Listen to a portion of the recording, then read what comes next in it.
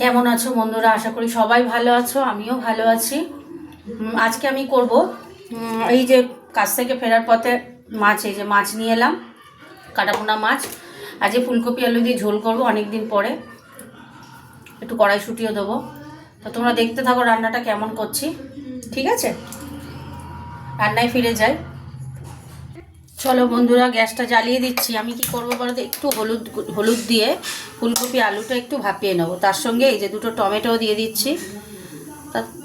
মানে তরকারি একটু তাড়াতাড়ি হবে, এই জন্য, বুঝতে পারছো? তুমি তো আমরা জানোই আমি এইভাবে করি।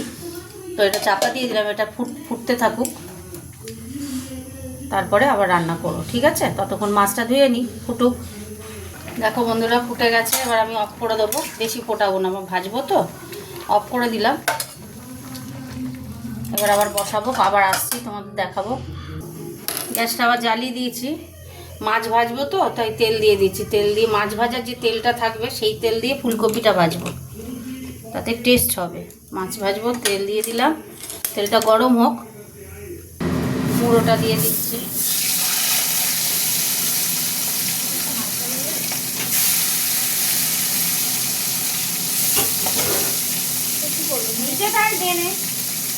মাছ ভাজাটা হতে থাক। এই মাছটা ভাজা হয়ে গেছে, তুলে নিচ্ছে।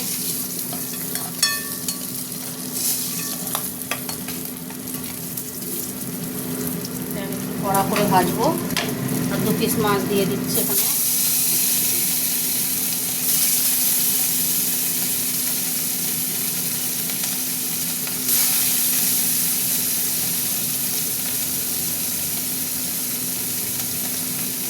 ভাজা হতে থাক। এই মাছগুলো ভাজা হয়ে গেছে, তুলে নিচ্ছি। আর 2 পিস আছে, ভেজে নিলে ঝোলটা বানাবো, কেমন?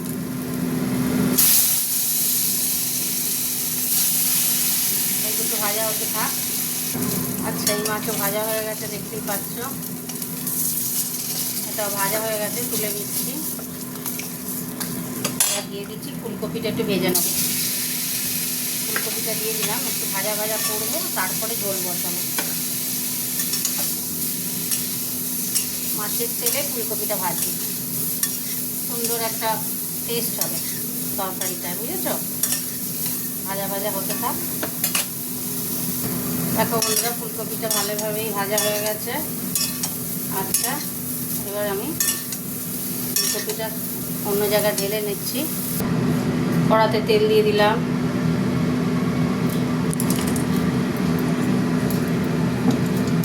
তেলটা গরম হবে, দেখো, দেখতে পাচ্ছ তো? আর একটু পরে দিলাম। তেলটা গরম হতে থাক। তেলে একটু মিষ্টি দিয়েছি, 2টো শুকনো লঙ্কা, 2টো তেজপাতা দিয়ে দিলাম।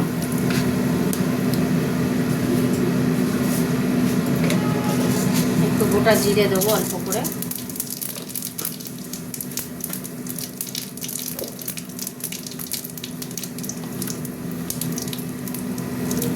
এবার দিয়ে দেবো পেঁয়াজটা।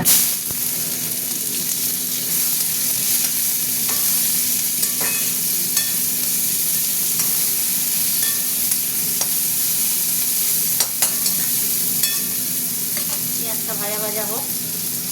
পেঁয়াজটা ভাজা ভাজা হয়ে আসছে, আমি আলুটা দিয়ে দেবো। আলুর সাথে কড়াইশুঁটি দিয়ে দিলাম। এইগুলো আবার ভাজা ভাজা করবো তেলের সাথে, তারপরে মশলা দিয়ে কষলাম। ভাজা ভাজা হতে থাক। আচ্ছা বন্ধুরা, ভাজা ভাজা হয়ে গেছে, আমি মশলা দিয়ে দিলাম। এতে আদা রসুন বাটা, হলুদ গুঁড়ো, লঙ্কা গুঁড়ো, ধনে গুঁড়ো সব দেওয়া আছে, দিয়ে দিলাম। একটু নুন নেব,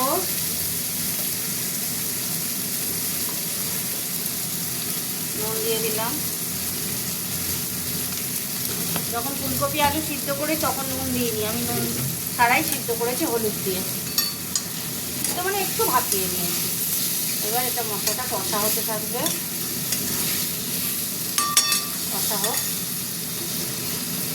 কষার সঙ্গে এই যে টমেটোটা দিয়ে দিচ্ছি।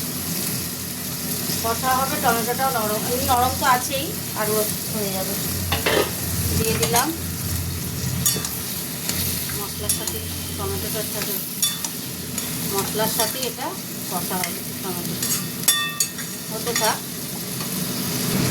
এগুলো আরেকটা মজে গেছে, ফুলকপিটা একসঙ্গে কষবো, তাহলে ফুলকপির মধ্যে কিছু ঢুকবে না, তাই না? সেই জন্য একসঙ্গেই মশলাটা কষা হবে।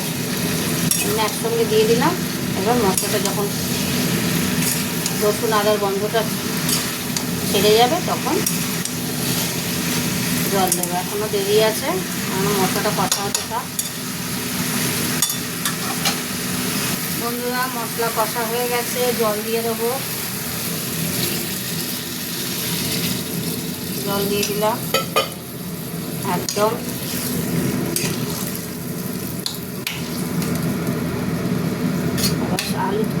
আলু সিদ্ধ হয়ে গেছে, দেখেছো? সিদ্ধ করেছিলাম না, ওই জন্য কাঁচা লঙ্কা দিয়ে দিচ্ছি। দেখো কতগুলো, সব কাঁচা লঙ্কাগুলো আমি খাবো, জানো? আমি হেবি ভালোবাসি কাঁচা লঙ্কা। আচ্ছা, এটা হতে থাক। আমি মাছগুলো দিয়ে দেবো সঙ্গে। দিয়ে দিলাম মাছগুলো।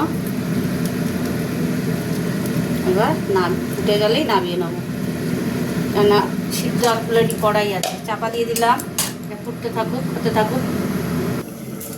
দেখো বন্ধুরা, ঢাকাটা খুললাম, তরকারি হয়ে গেছে আমার। এই যে আলু ফালু সব সিদ্ধ হয়ে গেছে, আলু ফুলকপিও তাই। দেখছো শুধু ভাজা ছিল না, ফুলকপিও সিদ্ধ হয়ে গেছে। এইবার গ্যাস আমি অফ করে দেবো। কমপ্লিট আমার রান্না।